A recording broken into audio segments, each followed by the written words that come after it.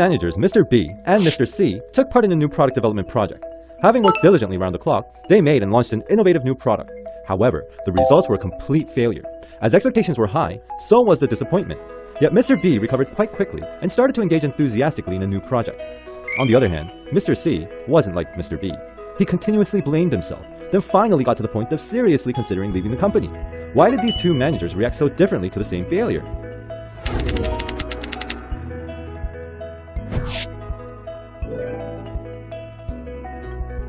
Professor Martin Seligman, known as the father of positive psychology, says the following: in order to bounce back from failure, one needs a high level of resilience. The term resilience here is the strength needed to overcome one's feeling of failure after the defeat. If a person with low resilience is compared to a fragile glass ball, a person with high resilience can be described as a rubber ball which bounces back from the fall. Those with high resilience do not only overcome failures more easily, but also achieve greater success using those failures as a base. Jeffrey Katzenberg, the founder as well as the CEO of DreamWorks Animation, is such an individual. Katzenberg began his career at Paramount Pictures in 1973.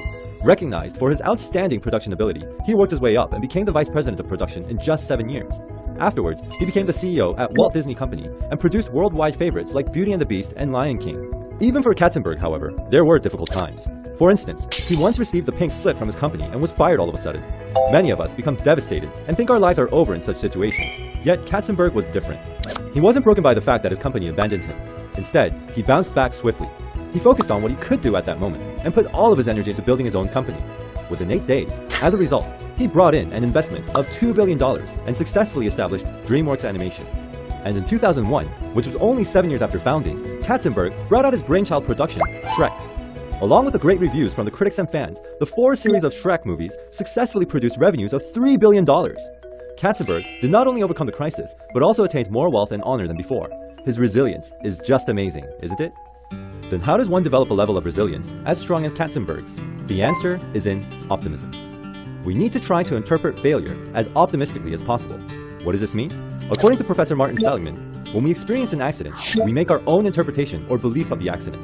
The consequence of this belief results in a direct impact on our feelings and actions. This is called the ABC model. The first part, accident, is something we can't control. But if we change the belief of the accident optimistically, then the consequence is changeable easily. Let's go back to the earlier scenario. Both team managers, B and C, experienced the same accident of project failure. However, the consequences of the two managers were completely different. Why was this the case? It was because their respective beliefs about the project failure was completely different. Mr. C, who had low resilience, thought, "Why is this happening to me? Why do I always fail? Why does everything I do turn out this way?" And these thoughts had led him to a pit of despair. On the other hand, Mr. B, who had a high resilience, interpreted the very same accident optimistically. He thought, "Everyone fails. I happen to fail this time. Even though I failed this project, I'm doing other stuffs well." In order for Mr. C to escape from the hole of self-blame, he needs to develop a habit of interpreting accidents optimistically like Mr. B. Luckily, it's not hard. First, you need to know by heart that everyone experiences failure, not only you. To realize that, it's a good idea to get advice from an elder or a mentor who recovered well from a failure. Second, you need to realize that a failure isn't an accident that happens all the time. It's temporary. At this step, reflecting on your past successes and encouraging yourself can be helpful.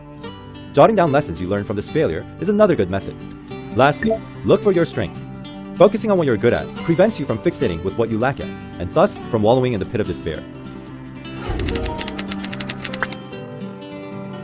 Do you also have difficulty getting over failure? Then try to build up your resilience by interpreting failure optimistically.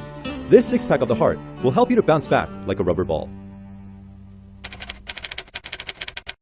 Me too.